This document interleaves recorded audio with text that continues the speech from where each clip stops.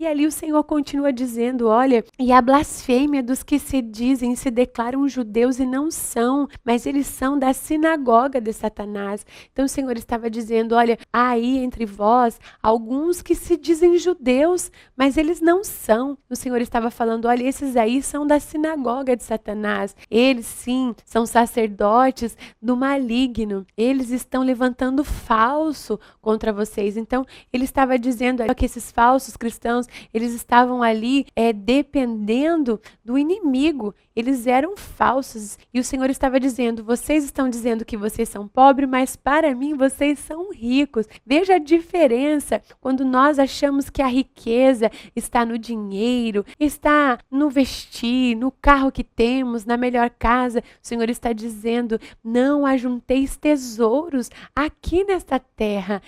A palavra do Senhor nos revela. Vamos ler então, para que possamos guardar ali no nosso coração. A Bíblia nos fala então em Mateus capítulo 6, versículo 19. Não acumuleis para vós outros tesouros sobre a terra, onde a traça e a ferrugem corrói, e os ladrões escavam e roubam. Mas ajuntai para vós outros tesouros no céu, onde a traça nem a ferrugem corrói, e onde os ladrões não escavam e nem roubam. Porque onde está o teu tesouro, aí estará também o teu coração. Esmirna conhecia bem o que o Senhor estava dizendo, que apesar de todos dizerem que eles eram pobres aqui na terra, o Senhor estava dizendo, Esmirna, para mim tu és rica. E o Senhor continuava falando para Esmirna, Esmirna, aí no meio de vós há uns falsos que dizem ser judeus, mas não são. Então o Senhor está dizendo, eu conheço aqueles que são meus. E aí nós continuamos a ler, e o Senhor diz assim, olha, não temas as coisas que tens de sofrer. Eis que o diabo está para lançar em prisão alguns dentre vós,